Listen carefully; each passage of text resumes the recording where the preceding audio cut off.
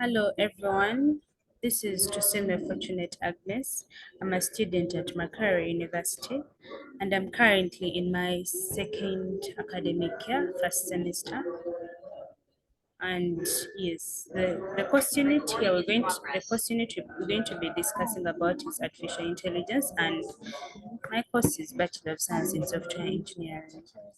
So we're going to be looking at how we can use artificial intelligence to solve the problems we have around our environment so that we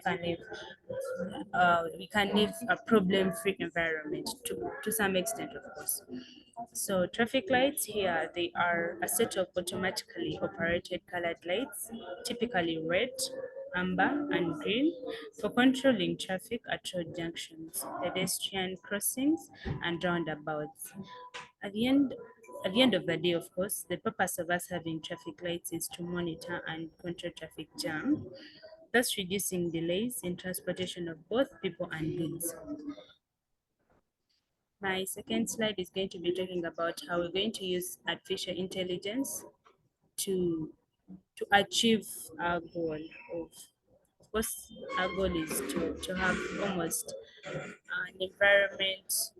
environment free of traffic jam, or if this traffic jam is around, or if it so happens to be around, how do we minimize the negative consequences that come about due to traffic jam? Yes, so how shall AI be applied in solving that problem?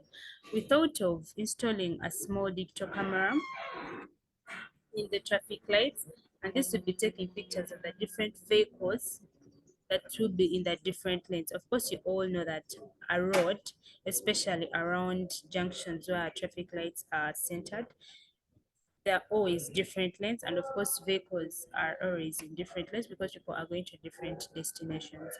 So the traffic lights will be able to release vehicles depending on the lane with the most number of vehicles. This is what we're looking at, because there are scenarios where you find there is a lane that doesn't have a single car, but because this is how the traffic lights were programmed, they will release they will for them they release depending on how they were programmed. So you find a lane doesn't have a single vehicle, but it's being told to go. I mean, the traffic lights read green. That is wastage of time because there is no single vehicle and there is a long line of vehicles in a certain lane, and because they are red, it signals stop. They have nothing to do. At the end of the day, there is time being wasted and resources. So moving on, we're looking at what type of data we're going to be using. What type of data this traffic light is going to be using. Like I told you already, the camera, the small digital camera we're going to install in the traffic lights is going to be taking images, and in so doing, images is the type of data we're going to be using. Then here we come up with methodologies. We have to know the differences between supervised and unsupervised learning. Supervised learning, the outstanding difference is in supervised learning, we use unlabeled data, whereas in unsupervised learning, the data is supposed to be labeled. The other difference is in supervised learning, there is more of hands-on. There is supposed to be a human being monitoring monitoring everything that is going on. Yes. Unlike in unsupervised learning, the machines are tasked to think as human beings and implement actions. And the sixth slide is talking about supervised learning techniques, and basically supervised learning techniques are divided into two, that is classification and regression. So classification uses an algorithm to accurately assign test data into special categories. That is to say, in relation to traffic lights, it is used to separate cargo vessel type of vehicles from public or private vehicles. This helps to organize the two types of vehicles into two different lanes in order to control congestion and occurrences of accidents. Then regression is another type of supervised learning method that uses an algorithm to understand the relationship between dependent and independent variables. Regression can be used to separate vehicles using their weight as a numerical value. This further helps to create different lanes of different vehicles depending on how heavy they are, further reducing traffic jam and all the consequences that come about due to traffic jam, for example, accidents. Moving on, sorry, sorry about that.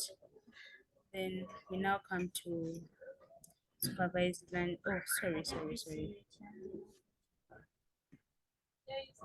Yeah, now we go to unsupervised learning techniques. Similarly, still, supervised learning techniques are basically divided into two as shown below, that is clustering and association. Clustering is the grouping of objects or data points that are similar to each other and dissimilar to each other.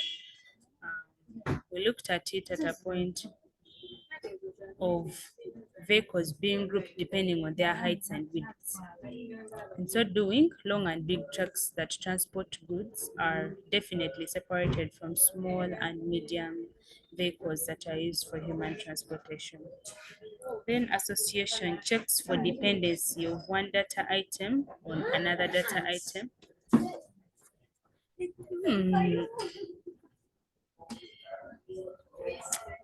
This checks for dependence of one data item on another data item and maps according so that it can be more profitable. Guys, sorry about that.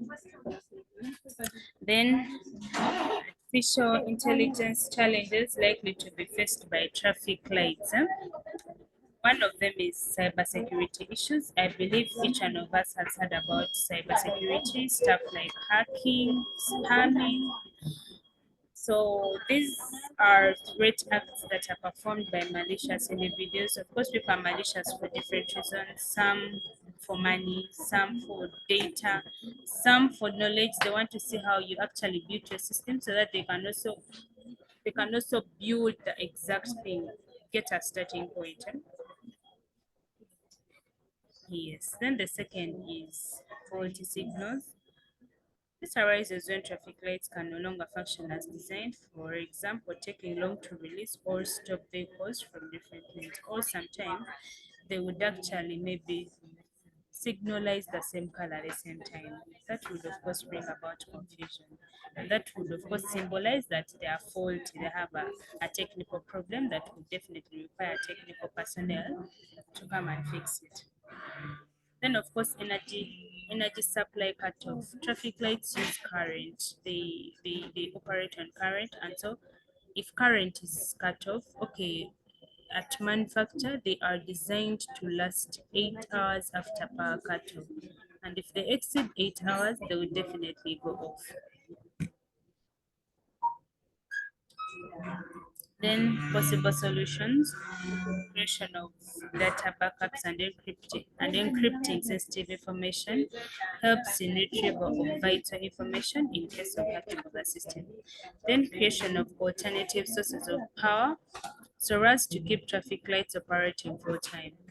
This helps to minimize cases of accidents that arise when traffic lights are off due to power cutoff. Then faulty signals can be rectified by hiring personnel to repair the faulty areas or even simply install new ones, depending on how deep the damage would have been. Sorry. Then finally, we're talking about accuracy, recall, precision, and F1 score. So in accuracy, it's like the slide reads, it's a metric for evaluating classification models. Informally, accuracy is the fraction of predictions our model got right. Then on the other hand, recall is calculated as the ratio between the number of positive samples correctly classified as positive to the number of positive samples. Then precision is one indicator of a machine learning model's performance, the quality of a positive prediction made by the model. Of course, F1 becomes high only when both precision and recall are high. F1 score is the harmonic mean of precision and recall, and is a better measure than accuracy. Okay, at the end of the day, it all depends on precision and recall. That was F1 score. So, ladies and gentlemen, allow me conclude this with sorry, before we go, we have artificial intelligence evaluation metrics, and among them is classification accuracy. It is the ratio of number of correct predictions to the total number of input samples. That is the mathematical expression of it all. Then you also have logarithmic close. It indicates how close a prediction probability comes to the actual or corresponding to value. As a result, it turns out that maximizing sorry.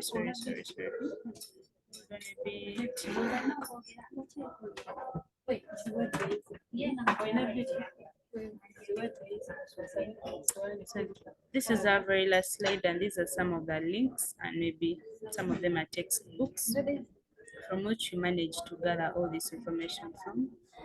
Thank you for listening. Have yourselves a very good afternoon.